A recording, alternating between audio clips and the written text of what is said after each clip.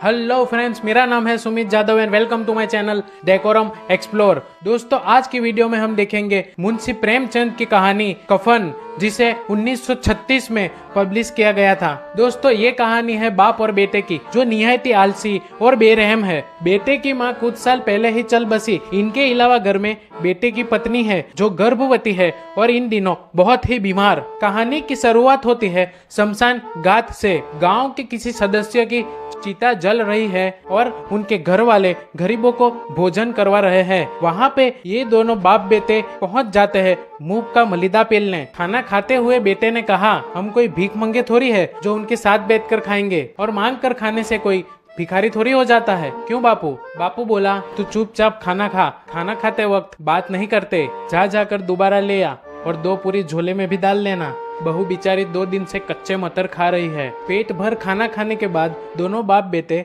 एक लकड़ी काटने की फैक्ट्री तक जा पहुंचे। फैक्ट्री के मालिक ने आवाज लगाई, अरे रुको रुको, कहाँ घुसे जा रहे हो? बापू ने कहा, हमें काम चाहिए, हमने 2 दिन पहले भी यहाँ लकड़ियाँ काटी थी। मालिक बोला, हाँ हाँ पता है, आधा दिन तो चिल्लम फूकने में ही निकाल दिया था। और मालिक ने उन दोनों को वहाँ से लात मारकर निकाल दिया। दोनों बाप बेटे घर की ओर जा रहे थे, तभी उनको एक कुआं दिखा। कुएं के आसपास किसी को ना पाते हुए उन्होंने कुएं की रस्सी चुरा ली। चुराई हुई रस्सी को बेचकर उन्हें कुछ पैसे मिल गए। इन पैसों से बहू का इलाज करवाने के बजाय उन दोनों ने शराब के ठेके पर जाना ठीक समझा। ठेके पर पहुंचकर इन दोनों ने दबाकर शराब पी और पूरा दिन आवारागर्दी करते हुए रात को घर पहुंचे। घर पर बेटे की पत्नी की हालत और खराब हो चुकी थी।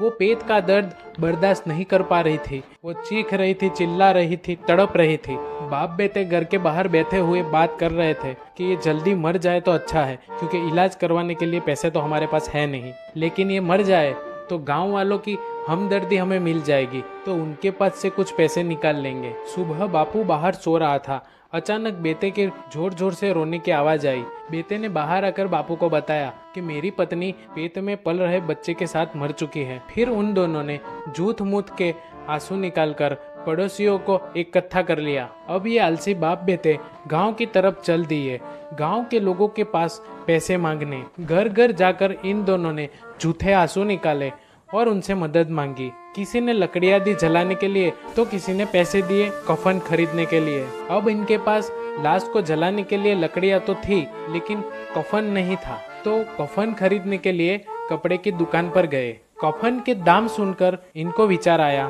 कि मरने वाला तो कफन साथ लेकर मर जाएगा, कफन भी साथ में जल जाएगा, तो इसका क्या फायदा। और इन दोनों ने कफन नहीं खरीदा और दुकान से बाहर निकल गए और अब जा चुके हैं शराब के ठेके पर। ठेके पर इन लोगों ने एक शराब की बोतल ली, चखने में कलेजी और कबाब लिए, फिर खूब पिया, दबा के खाया। और ये दोनों खड़े होकर मरी हुई बहू के जय जय के नारे लगाने लगे।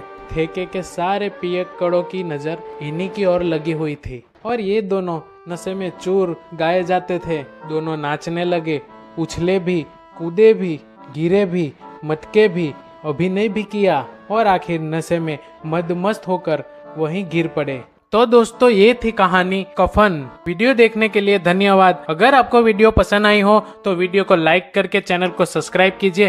फिर मिलेंगे नेक्स्ट वीडियो में, तब तक के लिए अलविदा।